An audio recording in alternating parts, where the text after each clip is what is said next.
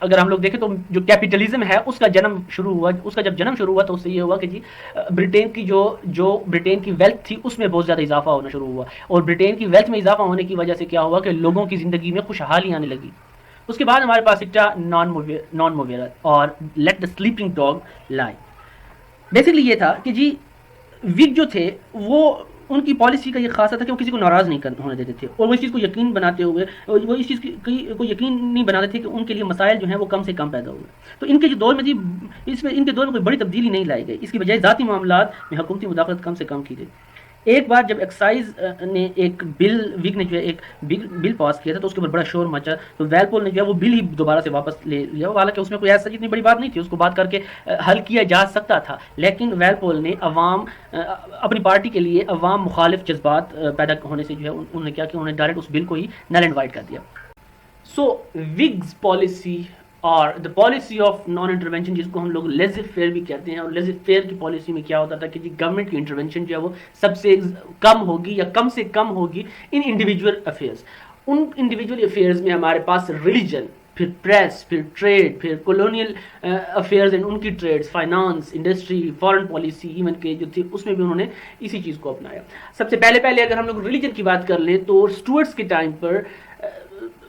اس چیز کی ترویج کی جاتی تھی کہ جی لوگوں کے ریلیجن میں انٹروین کیا جائے اور ان کو کیتھولسزم کی طرف لایا جائے۔ ہم لوگ جیمز ٹو کے جو جیمز ٹو کی بادشاہت تھی اس سے ہم لوگ اس چیز سے واقف ہیں۔ اس کے بعد ہمارے پاس پریس کی بات کی جائے تو جیمز ٹو کے ٹائم پہ اور اسٹوئرٹس کے ٹائم پہ ہمیشہ یہ کیا گیا تھا کہ جی پریس کو جو ہے انہوں نے انڈر دیئر تھم رکھا ہوا تھا، اور وہ یہ چاہتے تھے کہ پریس وہ چیز دکھائے جو کہ حکومت وقت چاہتی ہے۔ لیکن وگز نے آ کر فریڈم آف پریس کی بات کی۔ اس کے بعد ہم لوگ اگر ٹریڈ کی بات کریں تو ٹریڈ بھی اسی طریقے سے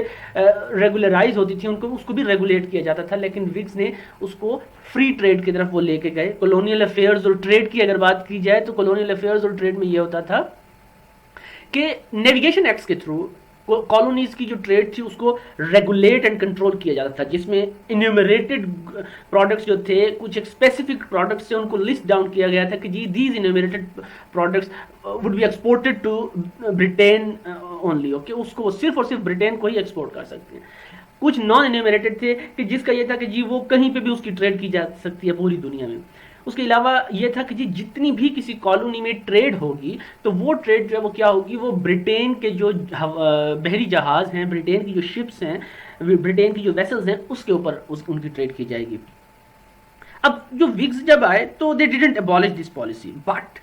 دے simply ceased to enforce it effectively. یہی پالیسیز تو تھیں لیکن اس سے کیا تھا، انہوں نے بالکل اس کو افیکٹولی اس کو انفورس کرنے کی جو ہے ان کو بند کر دیا، ان کے اوپر اتنی سختی نہیں رکھی، جس سے کیا ہو اسمگلنگ جو ہے وہ ایک نارم بن گئی، ٹھیک ہے جی، اور سستے داموں چیزیں جو ہیں وہ ملک کے اندر یا کالونیز کے اندر جو ہے وہ عام ملنے لگی، جس سے یہ ہوا کہ جی جب سستے داموں چیزیں ملنے شروع ہوئیں، ایک تو ٹھیک ہے اسمگلنگ سے یہ ہوتا تھا کہ جی آپ کے ملک میں بلیک منی تو آ رہی ہوتی تھی، لیکن اس سے یہ تھا کہ عوام کا جو زندگی گزارنے کا ایک جو اسٹینڈرڈ آف لائف تھا وہ کیا تھا، وہ بڑھ گیا تھا، ٹھیک ہے، اور ادھر جو ہے خوشحالی آئی تھی۔ اگر ہم لوگ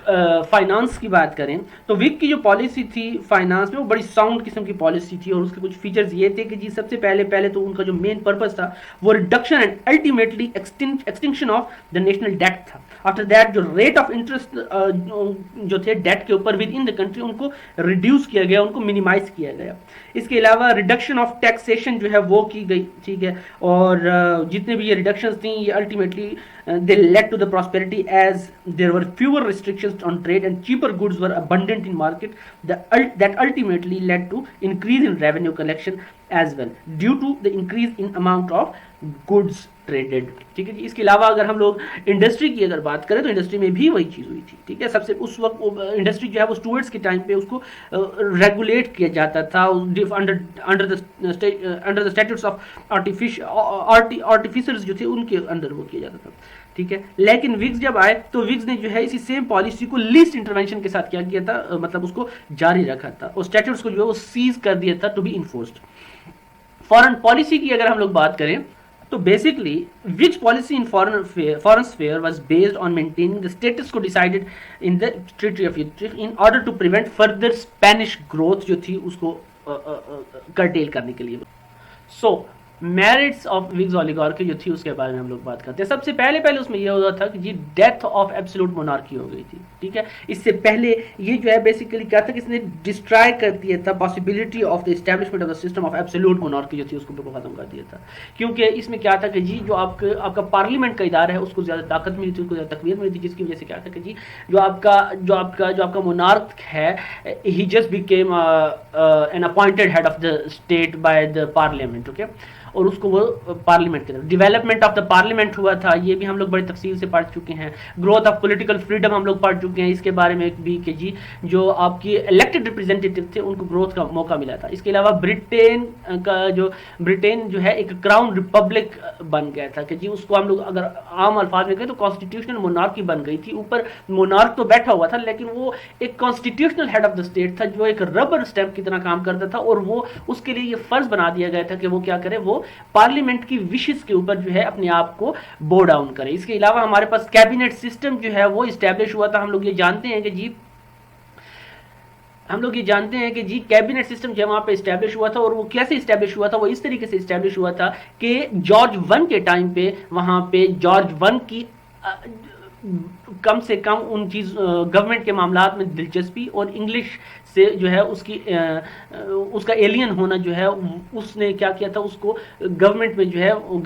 اس کا کوئی انٹرسٹ نہیں رہا تھا, جس کی وجہ سے کیا تھا کہ جی وہ کیبنٹ کی میٹنگز کو بھی پریزائڈ نہیں کرتا تھا, اور جس کی وجہ سے کیا ہوا تھا کہ جی کیبنٹ سسٹم جو ہے کیبنٹ کی میٹنگ جو ہے وہ وگز کے اندر سے ہی ایک بندہ آ کے اور اس کو پریزائڈ کرنے لگا تھا. سر ویلپول کے بارے میں ہم لوگ جانتے ہیں, was considered as the first prime minister of the Britain.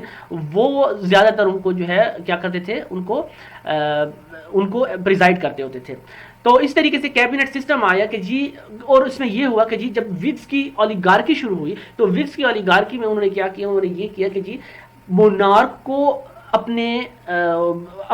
Confidence میں لے کے انہوں نے جتنے بھی کیبنٹ ممبرز تھے اور جتنے بھی منسٹرز تھے وہ انہوں نے ایک ہی پارٹی سے وہ لے کے آ گئے. اور اس کے بعد کیا ہوا کہ جی برٹین میں یہ رول بن گیا جو کہ آج بھی بہت سی کانسٹیٹیوشنل اور پارلیمنٹری ڈیموکریسیز میں یہ چیز ہوتی ہے کہ جی آپ کا جو کیبنٹ ہوتی ہے وہ ایک ہی پارٹی سے, یا جو گورنمنٹ جس پارٹی میں ہے یا میجورٹی آف دا پارٹی جس میں ہے ادھر سے ہی لیے جاتے ہیں. اس کے علاوہ ہم لوگ دیکھ لیں تو ایوولوشن آف ڈیموکریسی ہوئی تھی جی, ٹھیک ہے جی, اور انڈیویجول لبرٹی کو اسٹیبلش کیا گیا تھا. لیزے فیئر ہمارے پاس ایک بہت بڑی ایگزامپل ہے. اس کے بعد ہم لوگ دیکھ لیتے ہیں کہ ڈی میرٹس آف وگ اولیگارکی. اس کے بہت سے فائدے تھے لیکن اس کے کچھ ڈی میرٹس بھی تھے, اور اس ڈی میرٹس میں سب سے پہلا کیا ہے کہ جی اس میں کرپشن جو ہے وہ پروموٹ ہوئی تھی بہت زیادہ, کیونکہ ہم لوگ جانتے ہیں کہ جی وہاں پہ ڈیوک آف نیوف کیسل نے جو ایک الیکشنیئرنگ کی جو اس نے ایک طریقہ کار ایجاد کیا تھا, وہ پیسوں کے ذریعے ووٹ بھی لیتے تھے. وہ ڈفرینٹ قسم کے جو فیوڈل لارڈز سے ان کے پاس جا کے اور ان کا اثر و رسوخ استعمال کروا کے اور اپنے لوگوں کو جو ہے وہ ڈفرینٹ علاقوں میں اور ڈفرینٹ کانسٹیٹوئنسیز میں جتواتے تھے. وہ یہ سب کچھ ہوتے ہوئے کیا ہوا تھا کہ جی کرپشن جو ہے وہ اپنے بہت زیادہ ہو گئی تھی. سیکنڈلی رول آف لا کے لیے جو ہے کوئی بھی رسپیکٹ نہیں رہی تھی, because Whigs avoided the serious implementation of law. Smuggling جو ہے وہ پریولنٹ تھی اور ایویژن آف لا جو ہے وہ ایک نارم بن چکا تھا ادھر. اس کے علاوہ جو ہے وہ یہ تھا کہ جی they didn't bring any new reforms, کوئی نئے ریفارمس ان کے ٹائم پہ نہیں آئے تھے. بس ایک یہ تھا کہ انہوں نے لیزے فیئر کی پالیسی اپنائی ہوئی تھی, اس کے علاوہ انہوں نے کوئی ریفارم کا جو ہے کوئی کام نہیں کیا تھا. اپریسو ڈیلنگز ود ڈومینینز جو تھے ان کے ساتھ ان کی اپریسو ڈیلنگز ہاؤ تھیں. مطلب جہاں پہ وہ پوری دنیا میں اور جو فارن اسفیئر تھے ادھر وہ لوگ اس کو وہ کر رہے تھے, اپنے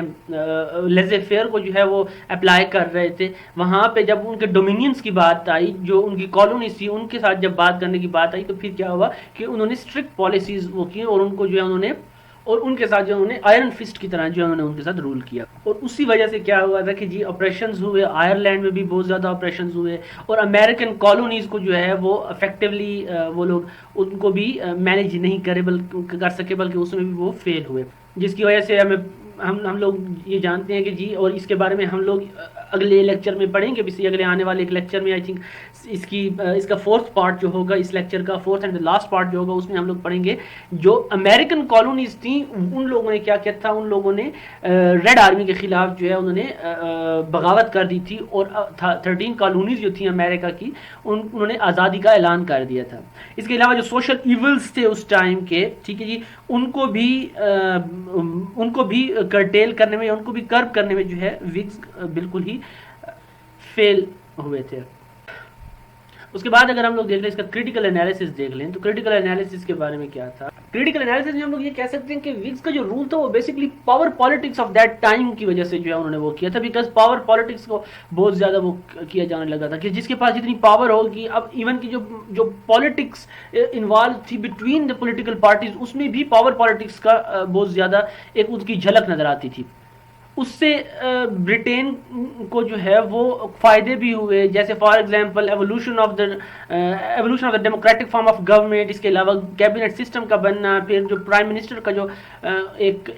انسٹیٹیوشن بنا تھا وہ، رسپانسبلٹی آف دا گورنمنٹ جو تھی اس میں بڑے حد تک ایفیشنسیز بھی آئی تھیں. تو اس میں لیکن اسی ایرا میں کیا ہوا تھا کہ جی برٹین جو ہے وہ لویسٹ ایب آف دا مورالٹی پہ چلا گیا تھا. کرپشن ادھر بالکل ایک نارم بن چکی تھی، اسٹریٹ کرائمز جو تھے وہ پریویلنٹ ہو چکے تھے. اس کے علاوہ جو لوگ تھے وہ ریلیجن سے بہت زیادہ دور چلے گئے تھے، بیکاز ان کو لیزے فیئر کی طرف سے ایک ایج مل چکا تھا کہ جی now the people are totally free to profess the religion they want to profess. Okay, اس کے علاوہ ہمارے پاس یہ تھا کہ جی اوور آل تو یہ ایک بہت ہی بینیفیشیل امپیکٹ تھا برٹن کے اوپر. ٹھیک ہے جی، وگز جو ہے انہوں نے کبھی